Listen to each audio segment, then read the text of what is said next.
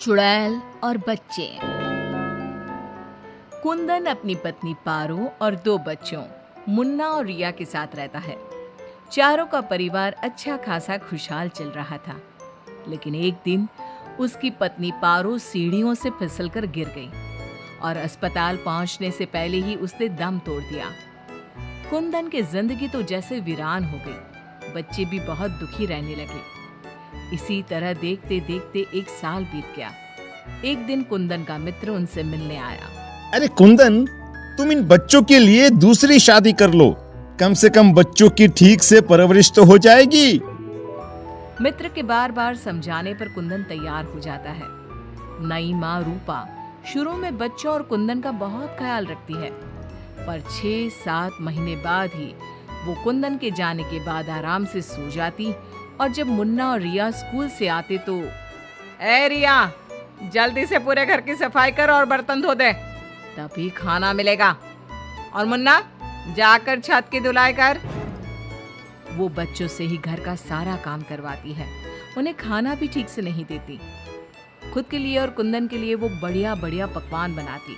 जब रात को कुंदन काम से वापस आता तो, अरे बच्चों ने खाना खा लिया? उनको तो मैंने कब का खिला पिलाकर सोने भेज दिया है। कितना ख्याल रखती है ये बच्चों का। एक दिन जब रूपा सो रही थी, मुन्ना देखता है कि रसोई की अलमारी में मिठाई रखी है, लेकिन वो वहां तक पहुंच नहीं पाता। तो वो अपनी बहन को बुलाकर लाता है। मैं घोड़ा बन जाता हूँ, तुम मेरे ऊपर चढ़कर वो मिठाई उतार दो। उन्होंने मिठाई उतारी और खा ली। अचानक मिठाई का डिब्बा रिया के हाथ से नीचे गिर जाता है और बिखर जाता है। आवाज सुनकर रूपा भागते हुए आती है। उसने आओ देखा न ताओ और दोनों की खूब पिटाई कर दी। जब देखो तब भूखे ही रहते हैं ये बच्चे, न जाने इनका पेट है कि कुआं। बच्चे खूब देर तक रोते रहते हैं, लेकिन फिर आपस में ही बातें और मजाक करके एक दूसरे का मन बहलाने लगते हैं। रिया, जब मैं बड़ा हो जाऊंगा ना तो एक मिठाई की दुकान खोल लूंगा। पहले हम लोग खूब सारी मिठाइयाँ खाएंगे और फिर बेचेंगे। मुन्ना, मेरी तो शादी हो जाएगी, तुम अकेले ही सारी मिठाइयाँ खाओगे ना? अरे हाँ रे, तब तक तो मेरी भी शादी हो जाएगी। कुंदन जब घर आता है तब उसकी माँ बच्चों की खूब शिकायत करती है। अरे बच्चों, तुम्हारी माँ तुम्हारा कितना ध्यान रखती है, आखिर क्या कमी है तुम दोनों को? पिताजी, उनकी बात पूरी भी नहीं हो पाती कि हाँ कह दो कि मैं तुम्हें खाना नहीं देती, सारे दिन घर के काम करवाती हूँ, कह दो ना।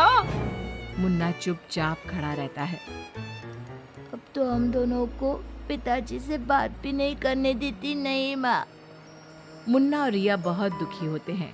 रात को इन बच्चों ने नाक में दम कर दिया है, तुम इन्हें लेकर जाओ और कहीं जंगल में छोड़कर आओ।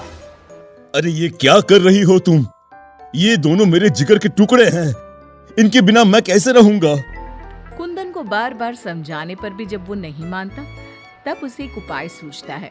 कुछ दिनों तक वो बच्चों के साथ खूब अच्छे व्यवहार का नाटक करती है। बच्चे खूब खुश रहते हैं। एक दिन, सुनो, जल्दी से नाश्ता लगाओ, मुझे 2 दिन के लिए शहर जाना है। रूपा बहुत खुश होती है। वो सोचती है कि ये तो बच्चों को जंगल में छोड़कर आने से रहा, मैं ही इन्हें छोड़ आती हूँ। कुंदन के जाने के बाद, बच्चे चलो, आज हम तुम्हारी नानी के घर चलते हैं। बहुत देर तक चलते चलते जब वो सब घने जंगल में पहुंच जाते हैं तब, माँ, इधर का नानी का घर है, लगता है हम रास्ता भूल गए हैं। अच्छा, तुम लोग यहीं रुको, मैं रास्ता पूछकर थोड़ी देर में आती हूँ। हाँ, ये कहकर रूपा उन्हें वहीं छोड़कर चली जाती है।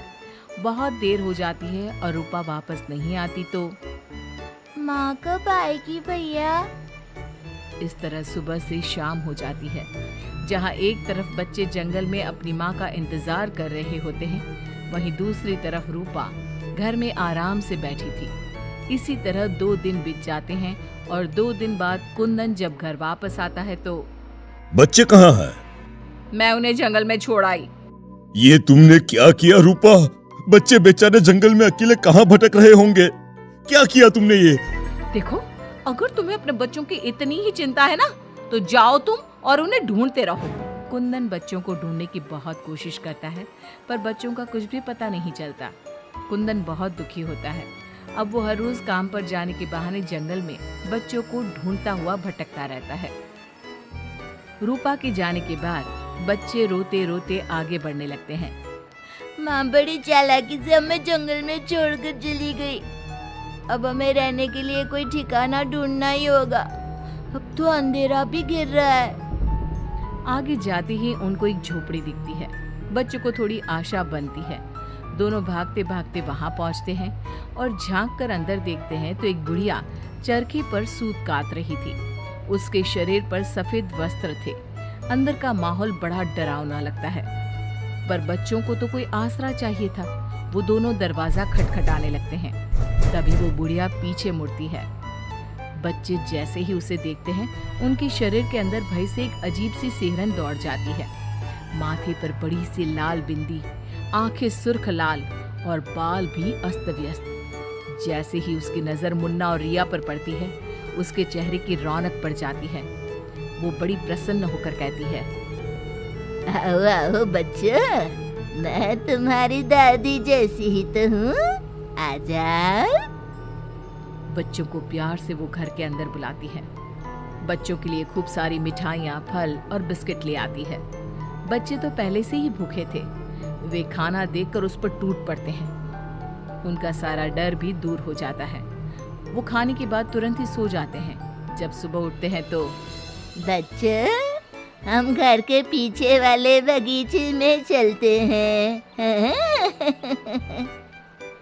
वहाँ बहुत सुंदर फूलों का बगीचा था। मुन्ना और रिया वहीं खेलने लगते हैं। बुढ़िया अंदर चली जाती है। तब तक मुन्ना की नजर एक गिलहरी पर पड़ती है, जो एक कोने में दुबकी हुई थी। मुन्ना उसे प्यार से अपने हाथ में उठा लेता है। तभी गिलहरी इंसानों की आवाज में बोलती है, बच्चों, तुम लोग यहाँ से भाग जाओ। ये बुढ़िया एक खतरनाक चुड़ैल है। तुम्हें खिला पिला कर पहले मोटा करेगी, फिर पिंजरे में डाल देगी। सभी बच्चों को ये जादुई छड़ी से पशु पक्षी बनाकर बगीचे में रख देती है। एक एक करके अपनी जादू की छड़ी से सबको बेहोश कर देती है और कढ़ाई में तेल गरम करके पकोड़े बनाकर खा जाती है। इसके पास एक आदमकद का पिंजरा है। ये खुद उसकी सफाई करती है। ये कहकर गिलहरी जमीन पर कूद जाती है। जब दोनों घर में जाते हैं तो देखते हैं कि बुढ़िया पिंजरे की सफाई कर रही थी और उसके मुंह पर खून लगा था। बच्चों को देखते ही अपना मुंह पोंछने लगती है वो। रिया चारों तरफ जादू की छड़ी ढूंढने के लिए नजर दौड़ाने लगती है। अचानक उसे जादू की छड़ी दिखाई देती है और वो दोनों लपटकर वो छड़ी उठा लेते हैं। जादुई छड़ी, पिंजरा बंद कर दो। पिंजरा बंद हो जाता है। पिंजरा बंद होते ही वो बुढ़िया एक खतरनाक चुड़ैल बन जाती है और चीखने लगती है। दादी, आज तुम भी पिंजरे में बंद होने का मजा उठा लो ना। दोनों हंसते हैं। दादी दादी, यही वो जादुई छड़ी है ना, जिससे तुम सब बच्चों को चूहा, बिल्ली और गिलहरी बनाती हो? बोलो, तुमको क्या बनना है? मुझे बाहर निकाल, वरना मैं तेरा खून पी जाऊंगी। छड़ी मेरे हवाले कर दे। दादी, पिंजरे में कुछ खाने को दो। ये लो, तब तक आम की गुठलियां चूसो। इनमें अभी भी बहुत रस बचा है। दोनों आम की ढेर सारी गुठलियां पिंजरे में फेंक देते हैं। एक बार मैं बाहर आ जाऊं ना, तुम दोनों के पकोड़े बनाकर चबा जाऊंगी। जे काली कलकत्ते वाली, तेरा वचन न जाए खाली। जादुई छड़ी, इस चुड़ैल को मछली बना दो। जादुई छड़ी, एक बड़े से कढ़ाई में तेल गरम कर दो। जादुई छड़ी चुड़ैल को मछली बना देती है। दोनों उसे उठाकर एक बाल्टी में डाल देते हैं। कढ़ाई में तेल गरम हो रहा होता है। मुन्ना और रिया दौड़कर बगीचे में जाते हैं। वहाँ बहुत सारे जानवर और पक्षी होते हैं। जादुई छड़ी, इन सारे लोगों को इनके असली रूप में बदल दो। तभी सारे जानवर और पक्षी बच्चों में बदल जाते हैं। सब कमरे में आ जाते हैं। हमें इस चुड़ैल ने बहुत तड़पाया है, चलो आज इसको मजा चखाते हैं। जादुई छड़ी, इस चुड़ैल को पिंजरे में डालकर फिर चुड़ैल बना दो। पिंजरे में कैद होकर चुड़ैल फिर चिल्लाने लगती है, ये सारे के सारे शैतान कैसे यहाँ आ गए? जैसे तुम पिंजरे में बंद हो गई वैसे ही हम सब भी यहाँ आ गए। सभी बच्चों ने पिंजरे में ठंडा ठंडा पानी फेंकना शुरू कर दिया। चुड़ैल पहले तुम नहा लो, फिर हम तुम्हें मछली बनाकर पकौड़े बनाकर खा जाएंगे। सभी बच्चे ताली बजाकर खूब हंसते हैं। बच्चों मुझे माफ कर दो, मैं कभी ऐसा नहीं करूंगी। एक बार मुझे पिंजरे से निकाल दो। दोस्तों, क्या हमें इस चुड़ैल की चिकनी चुपड़ी बातों में आना चाहिए? नहीं, बिल्कुल नहीं, नहीं, बिल्कुल नहीं। मुन्ना जोर से छड़ी फटकारता है। जादुई छड़ी, इस चुड़ैल को मछली बनाकर कढ़ाई में डाल दो। मछली की कढ़ाई में गिरते ही बहुत तेज आवाज होती है, जैसे कहीं बिजली चमकी हो। सभी बच्चे डरकर एक दूसरे से चिपक जाते हैं। मछली का आकार बहुत बड़ी सी चुड़ैल का हो जाता है। वो बार बार कढ़ाई से निकलने की कोशिश करती है। सभी बच्चे मिलकर उसे फिर कढ़ाई में ढकेल देते हैं। अंत में वो गरम तेल में जलकर मर जाती है। सब बच्चे खुश होकर तालियां बजाने लगते हैं। मुन्ना जादू की छड़ी की सहायता से सभी बच्चों के साथ शहर आ जाता है। जब वे अपने घर पहुंचते हैं तब पिताजी, हम आ गए।